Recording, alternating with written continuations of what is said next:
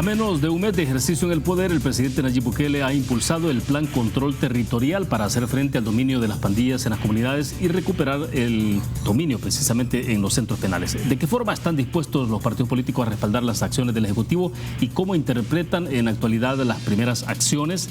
La respuesta es, hay otras preguntas aquí en 8 en punto.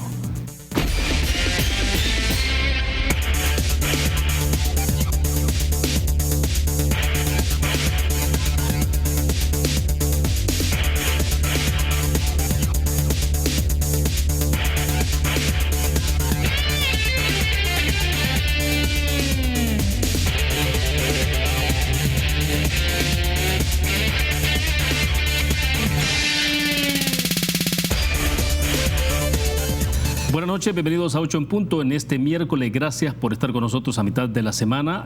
Vamos a conversar con nuestros invitados sobre las medidas para enfrentar la violencia en nuestro país, las consecuencias que esto tiene también sobre el tema de la inmigración de forma indocumentada y alrededor de esto el caso del drama, ¿no? Del dramatismo de lo que ha ocurrido alrededor de un padre, una hija y también del caso de una joven que fue prácticamente asesinada en tránsito hacia Estados Unidos, ahí en México. Así que mucho de qué conversar con nuestros invitados esta noche. Queremos agradecer que están con nosotros en nuestros estudios Antonio Almendaris. Él es diputado del Partido de Concertación Nacional, también es presidente de la Comisión de Seguridad en Asamblea Legislativa. Diputado, bienvenido, buenas noches. Muchas gracias, licenciado, compañero, buenas noches.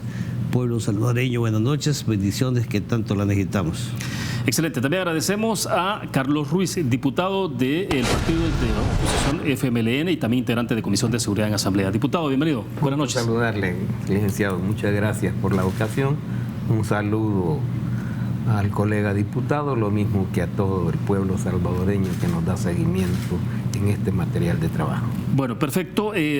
Vamos a iniciar con un tema muy particular y que tiene que ver con conferencia de prensa que ha dado hace más o menos 1 hora y media, 2 horas y media atrás. El presidente de la República, Nayib Bukele, ha dado una conferencia de prensa para hablar sobre supuestos actos de corrupción en el tema de esta asociación Yo Cambio, Asocambio, que el presidente ha señalado ahí en su conferencia de prensa sobre Mauricio Ramírez Landaverde, el exministro de Justicia, también con Raúl Antonio López, ex viceministro de Justicia, y Marco Tulio Lima, exdirector de Centros Penales, que han integrado esta asociación Yo Cambio y de la que ha pedido que se investigue porque se supone que esta asociación estaba canalizando cerca de 14 millones de dólares anuales de dinero que se estaba generando al interior de los centros penales, ¿no? Entonces, un poco a renglón seguido después de esa conferencia de prensa donde ha hablado sobre este proceso de investigación de una auditoría, él ha dicho, y lo tenemos ahí en la cuenta de Twitter, creo que lo podemos mostrar en el full pantalla, vamos a ver si es posible tener esto,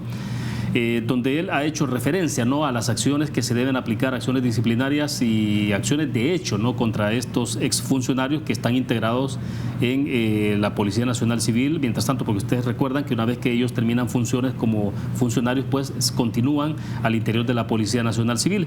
Y entonces él ha emitido al menos 3 tweets donde estaba dando órdenes específicas para, ahí lo tiene usted. Por ejemplo, él ha dicho, después de dar esa conferencia de prensa sobre la asociación Yo Cambio, Asocambio, dice: se le ordena a la Inspectoría de Seguridad Pública que de oficio y con base al artículo 14 literal D de la Ley Disciplinaria Policial inicie investigación por faltas muy graves y se suspenda inmediatamente de su cargo sin goce de sueldo al ex ministro Ramírez Landaverde. También se ordena al ministro de Seguridad iniciar el mismo proceso contra el subcomisionado Marco Tulio Lima, ex director de Centros Penales, y separarlo de su cargo inmediatamente sin goce de sueldo. Esto es lo que ha dicho el presidente de la República hace algunos minutos. Ha escrito otros tuits también relacionados sobre esto.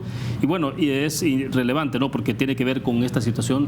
Ahí tiene usted. De igual forma dice: se le ordena al ministro de Seguridad iniciar el mismo proceso disciplinario contra el inspector jefe de la Policía Nacional Civil, Orlando Elías Molina Ríos, ex subdirector general de Centros Penales, y separarlo inmediatamente de su cargo sin goce de sueldo. Bueno, esto es lo que ha ocurrido en horas de la tarde. En la mañana también el director de Centros Penales, Osiris Luna, también había dado declaraciones ya anticipando un poco este escenario.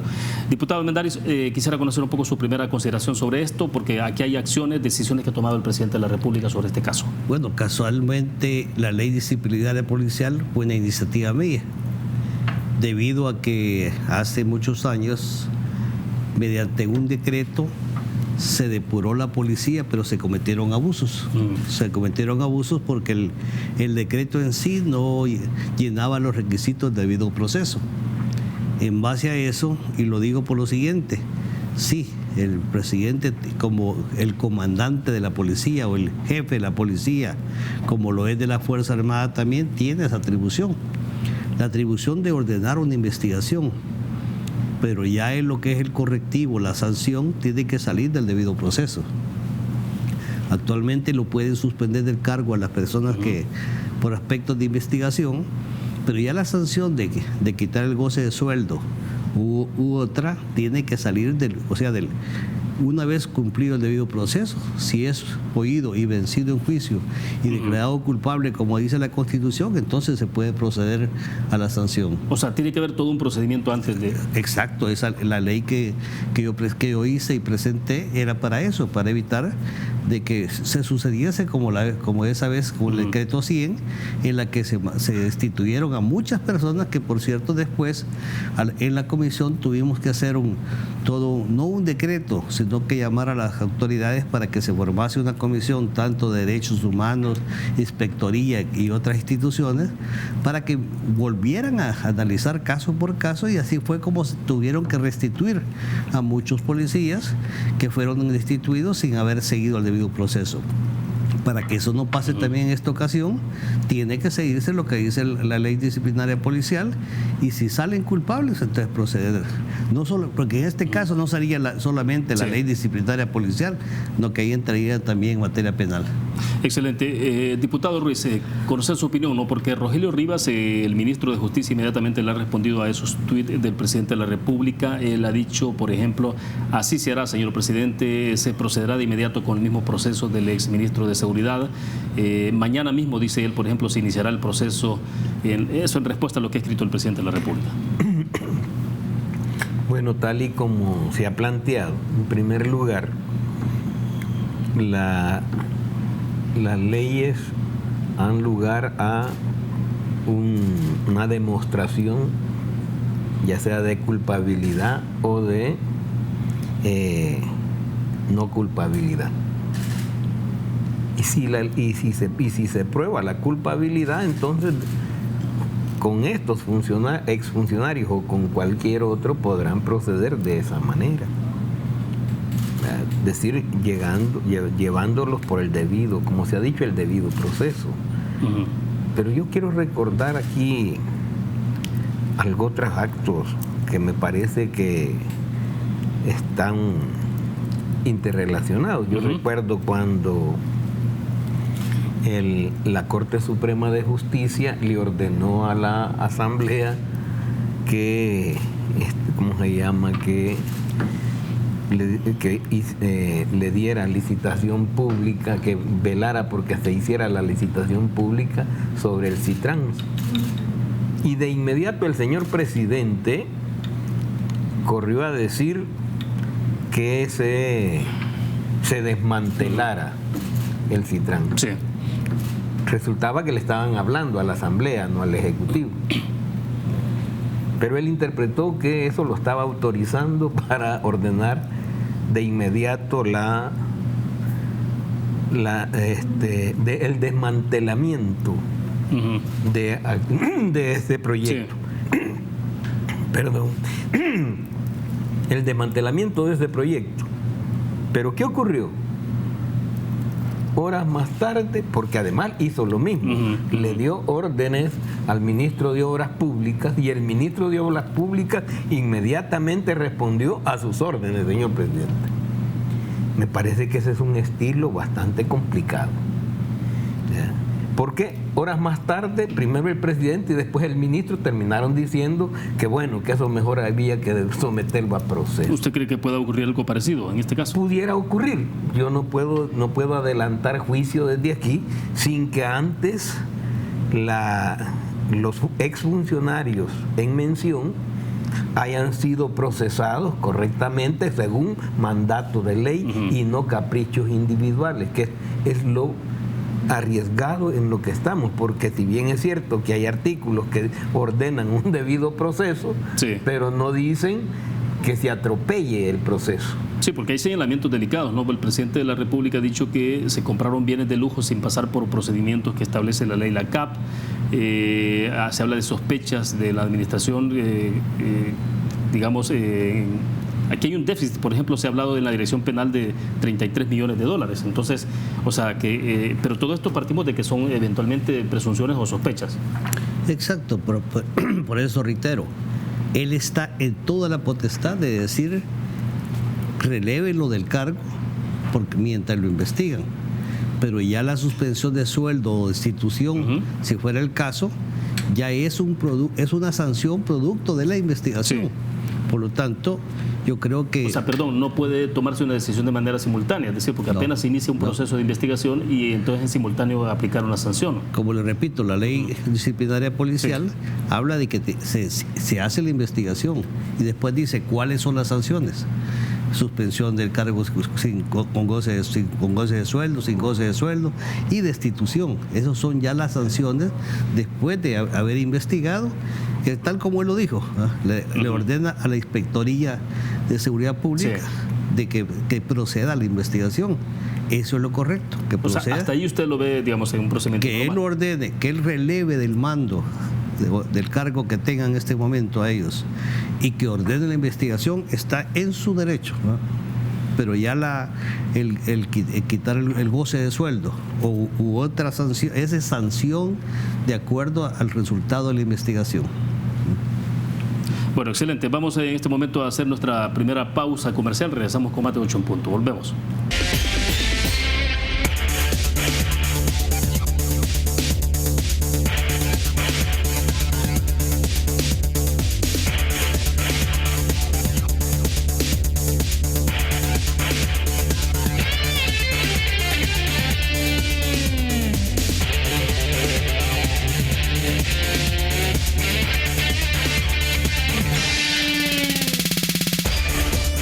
Si estás ahorrando, estás ganando. Por cada $150 que ahorres, participas en sorteos en efectivo y premios al instante por más de $60,000. Ahorra y gana con Banco Promérica. Continuamos en 8 en punto con nuestros invitados: Antonio Almendaris, diputado del PCN y también integrante de la Comisión de Seguridad de la Asamblea Legislativa, y Carlos Ruiz, diputado del Partido de Izquierda FMLN y también miembro de esta comisión. Pues bien, sobre lo que tiene que ver, diputado Almendaris, con las nuevas disposiciones que se han tomado, el Plan Control Territorial, él lo ha titulado, lo ha llamado así el presidente de la República. Hay 3 acciones. Él hacía referencia cuando anunció el plan sobre la necesidad y la urgencia de implementar medidas para cortar el flujo financiero de los grupos delincuenciales en las pandillas, y hablaba entonces también, claro, eso es directamente con el tema de extorsiones. Ahí se hablaba entonces de la intervención del control pleno de centros penales, ¿no? Eran como 2 acciones inmediatas, que es lo que ya hemos visto. Le puso un plazo de 72 horas a las empresas de telefonía para que cortaran la señal hacia los centros penales. Hubo requisas, reubicaciones de cerca de 1,000 reclusos a nivel nacional. Vimos decomisos de, sobre todo, armas cortopunzantes, ¿no? Alguien hacía referencia esta semana que, por ejemplo, no se había observado ahí decomisos de aparatos de celulares. Pero bueno, me gustaría conocer un poco entonces la impresión que tiene sobre estas medidas iniciales, que tanto difieren o son, digamos, una ruta distinta a lo que ya se ha hecho en seguridad pública en este país. Bueno, quizá la diferencia está en las estrategias o las tácticas que empleen para los diferentes temas que él ha mencionado. Digamos, el control de territorios. Eso también lo vinieron diciendo y, digamos, ejecutando los gobiernos anteriores. Hoy vamos a ver cuál es la diferencia de empleo táctico o estratégico que van a hacer para cumplir este objetivo. Con lo que es el financiamiento, también hay que ver cuál es el nivel que van a golpear. Recuérdense que tenemos la ley de extinción de dominio. Claro. La ley de extinción de dominio, para que el pueblo salvadoreño esté más consciente. Normalmente, cuando se comete un delito, todos los objetos o bienes que se ocuparon para cometer el delito son decomisados. Sí. Pero muchas veces resulta que de la noche a la mañana hay personas que aparecen con lujos que mucha gente dice, bueno, este ni trabaja ni nada, y aparece con carros, casas, etcétera. Para eso se hizo la ley de extinción de dominio. Es una ley autónoma. ¿Qué significa? Que independientemente de investigar el delito, se mira si el bien es lícito o ilícito, no si es culpable o inocente, y cómo se procede. La persona tiene que demostrar de dónde sacó los recursos para obtener esos bienes, y si no puede demostrar la licitud de esos recursos, entonces se extingue, como pasó en esta operación Jaque y otras que hicieron que decomisaron grandes propiedades a lo que era el crimen organizado. Hoy vamos a ver si se va a continuar sobre las cúpulas o se va a bajar a otros niveles. Eso es con respecto a atacar las finanzas de las pandillas y de crimen organizado en general. Y que de hecho sobre esto ya la Fiscalía también se había involucrado directamente en la operación Cerro Verde, operación Tecana, ¿no? Exacto. Entonces, pero como dice, esas operaciones muchas veces son a un nivel alto, ¿no? Claro. Y extinción de dominio no tiene piso, así como no tiene techo, tampoco no tiene piso. Y la otra, con respecto a lo que es el control territorial, ojalá, yo vengo insistiendo y también respetuosamente continúo sugiriendo que hay que emplear las unidades de acuerdo a sus capacidades o habilidades. Yo siempre he sugerido que policías a las ciudades y Fuerza Armada al área rural. Ojalá que en ese sea el cambio del control territorial. Pero en el caso de la Fuerza Armada, siempre con acompañamiento en la conducción de la Policía Nacional Civil. El artículo aún cuando esté en el área rural. El artículo 168 de la Constitución, que son las atribuciones del señor Presidente de la República en el numeral 12º, dice en síntesis que cuando la capacidad instalada de la Policía Nacional Civil ha sido superada, se puede emplear la Fuerza Armada. El presidente puede emplear la Fuerza Armada en tareas de seguridad pública, no dice acompañando a la policía, ¿no? Yo he sugerido que le den autonomía a la Fuerza Armada en ese sentido. ¿Qué significa esa autonomía? ¿Que pueden hacer capturas, investigaciones o cómo sería? Acuérdense que cualquier ciudadano puede capturar en flagrancia, ¿no? Entonces, la Fuerza Armada en patrullajes en el terreno puede hacer capturas en flagrancia y después proceder a hacer el procedimiento normal. Porque yo no quiero decir de que la policía no tenga la capacidad, pero por su misma ley orgánica, la policía trabaja nada más 8 horas. Claro. Y por cierto, cuando yo estaba peleando por el acuartelamiento de la policía, no lo logré, pero sí logré el régimen de disponibilidad, que trabajaran un poco más, pero se les paga por un tiempo más para trabajar. En cambio, la Fuerza Armada, usted le puede decir a un oficial, le damos como sector de responsabilidad Izhuatán o Cuisnahuat, con una sección de fusileros, y él va a salir con licencia cuando cumpla la misión. Entonces, eso podría ser una variante para el control territorial. Y la otra cosa era los centros penales. Cuando hicimos las medidas extraordinarias, ahí también ellos hicieron una diferencia, porque anteriormente había un penal solo para la MS, un penal para la 18, un penal para etcétera. Entonces, comenzó este gobierno anterior a reunirlos ya en base a el grado de peligrosidad. Entonces fueron los más peligrosos, los menos peligrosos, y todavía ya no había distinción. No había distinción entre maras y pandillas. Entonces, ¿qué pasa? Las medidas extraordinarias solo fueron en 7 penales o menos, en donde se concentraban los de máxima peligrosidad. A ellos sí se restringía la llamada, las visitas, etcétera. En los otros no, porque inclusive estaban los de fase de confianza. Hoy por lo que he conocido a través de los medios de comunicación, es en todos, ¿verdad? En todos los penales.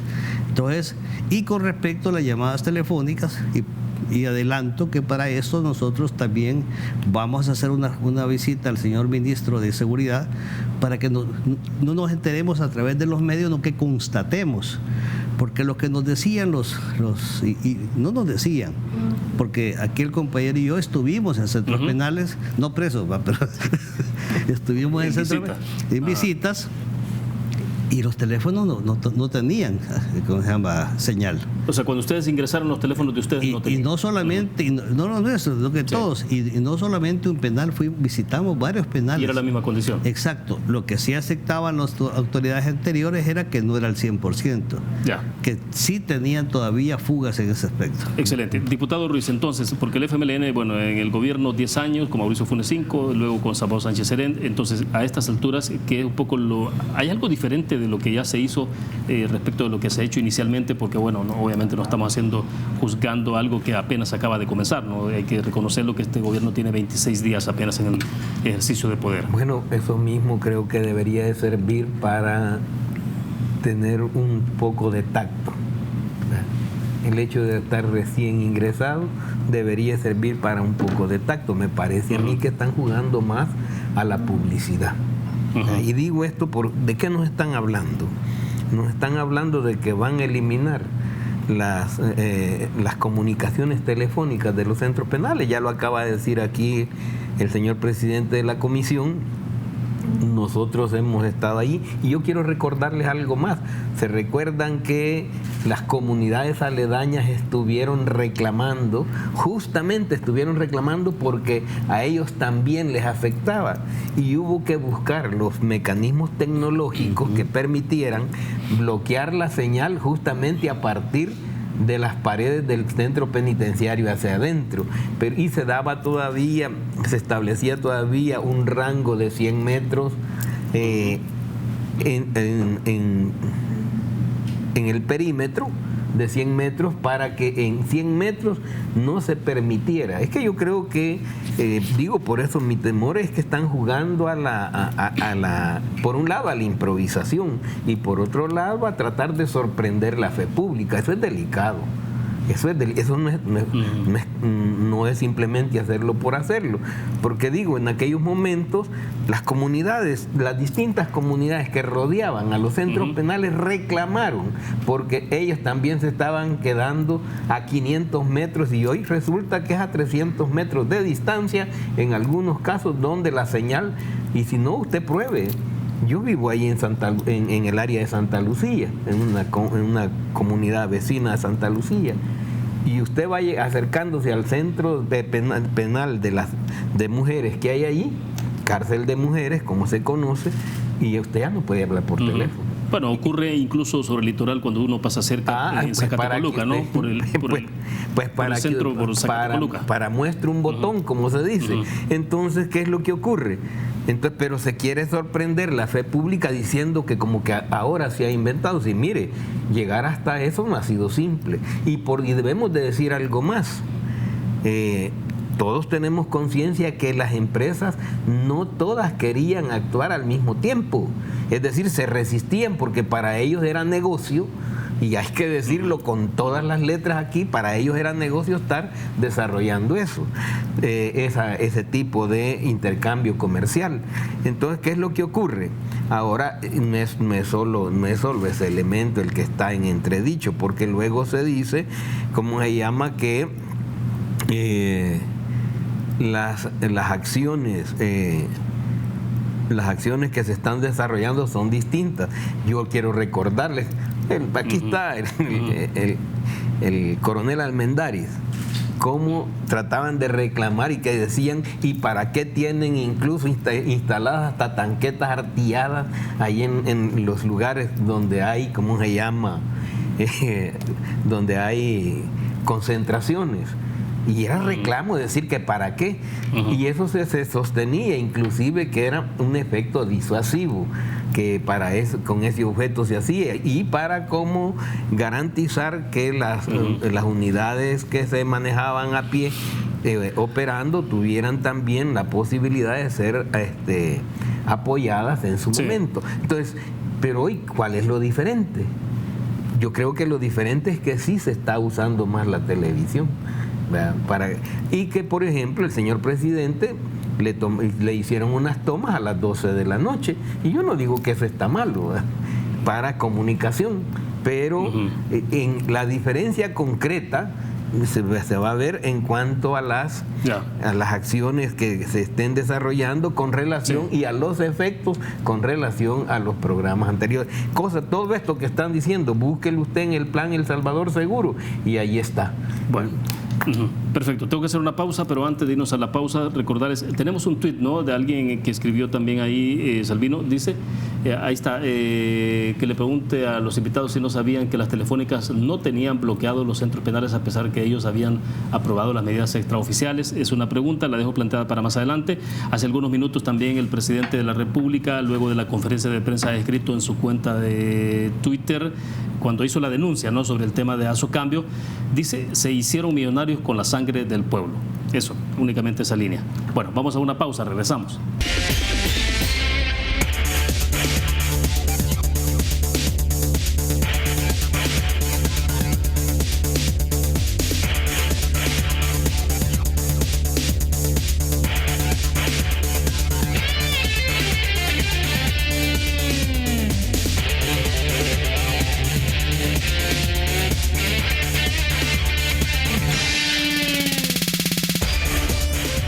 Bien, gracias por continuar con nosotros en 8 en punto. Solo quiero concluir con el tema anterior. Coronel, usted decía, hay el análisis e interpretación también de la ley, de cómo se debe aplicar en los casos, sobre todo porque el presidente de la República ha hecho referencias directas en el caso de los exfuncionarios, ¿no?, y donde ha ordenado prácticamente ahí la suspensión de sus actividades, pero también la suspensión del salario. Sí, el artículo 43 de la ley disciplinaria policial habla del procedimiento, inclusive en el 44. Uno de los primeros derechos que tiene el investigado dice en el 44, ser notificado del inicio del procedimiento disciplinario que se realiza en su contra. Y en el 53 se habla de que el director, al tener el indicio de esto, tiene que pasar al tribunal disciplinario competente para que se inicie el procedimiento. O sea que siempre lo que estoy diciendo es que el señor presidente tiene todo el derecho de ordenar que se haga el proceso, pero que sí, que se cumpla con el debido proceso para llegar a la sanción correspondiente, que puede ser destitución o la de que le quiten el salario. Bueno, excelente. Dicho eso, creo que es importante que abordemos un tema y que tiene que ver también porque el tema de la inseguridad en nuestro país, la situación de violencia es transversal, afecta a todas las esferas de la vida nacional en este país y tiene consecuencias, desde luego, que es una de las causales para todo este asunto de la migración de nuestros compatriotas hacia Estados Unidos.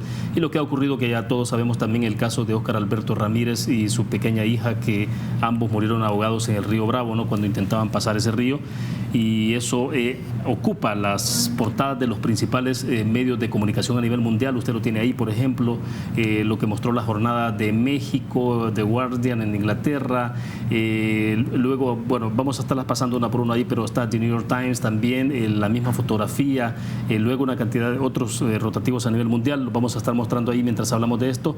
Y es porque quiero mostrarles a ustedes también un comunicado de la Agencia de Naciones Unidas para los Refugiados.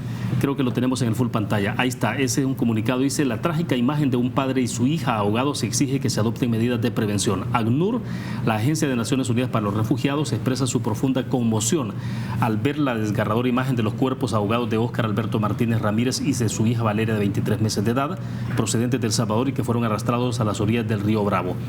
Dice en el entrecomillado en el tercer párrafo: las muertes de Óscar y Valeria representan un fracaso en la respuesta a la violencia y la desesperación que empujan a las personas a emprender viajes peligrosos en busca de una vida digna y segura, dijo Filippo Grandi, el alto comisionado de Naciones Unidas para los Refugiados.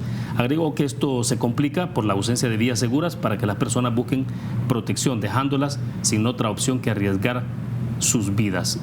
Obviamente esto es lo que ha pasado sobre este caso. Coronel, una opinión para que escuchemos también al diputado. Bueno, lamentar esta tragedia, pedirle al Señor ese bálsamo en el corazón de los familiares, que es la única forma que uno puede sentir un alivio, porque es un dolor indescriptible, más que todo para la madre.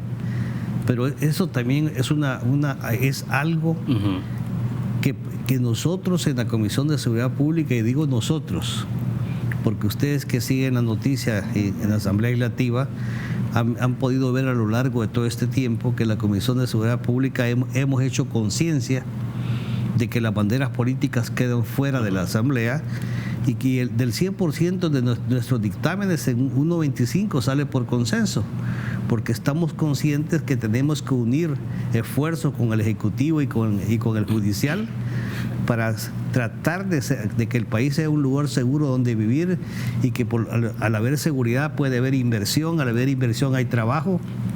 Y que todas estas personas, hermanos nuestros, no tengan que ir a perder la vida en el esfuerzo de llegar a Estados Unidos tratando de conseguir vivir mejor o mandar recursos para su familia. Así que esa reflexión, esto nos impulsa a que hagamos mejor nuestro trabajo. Pero hablando de hacer mejor nuestro trabajo, licenciado, yo lo que también exijo como representante del pueblo, que esas leyes que nosotros damos también las apliquen, porque aquí el problema no es de leyes, no que de aplicación de las leyes, tanto que con usted no voy a hacer la excepción. Siempre he dicho, debido a que, bueno, un amigo televidente dice ahí que las medidas extraordinarias que no se estaban cumpliendo. Nosotros sí pudimos constatar, lógicamente no llevamos los aparatos para medir qué grado de bloqueo tenían, que por cierto comenzaron a 500 metros y después se le exigió a las operadoras que pusieran aparatos especiales para que fuera menos el daño a las localidades aledañas. Es lo que tiene que ver con la parte perimetral. Exacto. Entonces, yo le decía que un día se hiciera un programa para que la gente tuviera vía Twitter, lo que sea, preguntar, diputados, y ustedes por qué no hacen una ley para tal cosa, y les podemos demostrar que existen las leyes suficientes para que las autoridades puedan combatir la delincuencia. De acuerdo. Ahora, diputado Ruiz, entonces, ¿cuál es su consideración sobre este tema ya hablamos de la violencia, pero el tema de la migración, las implicaciones que tiene, y ya este caso que es icónico, sin duda alguna, lamentable a nivel mundial? Bueno, en primer lugar, como usted lo dijo, es un problema, en primer lugar, es internacional, a nivel mundial. En distintos países se está dando el fenómeno. Y la pregunta del millón es, ¿y cuál es la causal? ¿Cuáles son las causales? Son fenómenos que no tienen una sola causa, que son multicausales. Por supuesto, las que más se ven son la miseria y la pobreza, que son de los que primero empujan en esa dirección, y lo mismo en este caso la violencia que está generando este ambiente de inseguridad. Por supuesto que uno tiene que decir que mientras no se logre resolver esas causales, vamos a tener fenómenos de esa naturaleza. Y por supuesto que tenemos que lamentar y externarle a los familiares nuestra solidaridad y nuestro acompañamiento emocional, porque eso es donde más se sufre, donde tenemos que expresar esto. Por supuesto que también tendremos que buscar en el futuro, para el futuro, generar condiciones que impidan que la gente tenga que abandonar su propia tierra para ir a buscar una alternativa mejor en otras latitudes. De tal modo que esta es una cuestión que es un problema de país y debemos abordarlo como país. Debemos de discutir y de encontrar soluciones de la sociedad para impedir que esos actos dramáticos, de un dramatismo de altos grados, ya no se sigan repitiendo. Pero no se va a hacer así no va a ser así porque salgamos nosotros a decir que le vamos a ayudar a traer a la familia. Es decir, eso es necesario, es indispensable, pero eso no resuelve el problema. El problema debe resolverse en las causas que lo generan. Bueno, excelente. Tengo que hacer la última pausa comercial cuando regresemos. Recuerdo que en el pasado, diputados, ustedes también lo tienen claro esto, hubo de alguna manera comisiones de diputados que estuvieron viajando a Estados Unidos en relaciones al Congreso, al Senado norteamericano, para ver qué tipo de lobby podían hacer y acercamiento. Me gustaría que nos explicaran si es posible retomar ese tipo de agendas que tengan que ver con el lobby, que es tan indispensable para hacerlo allá en Washington, para tener alguna incidencia mínima, pero bueno, que al final de cuentas es importante y necesaria en estas circunstancias. Vamos a una pausa, regresamos.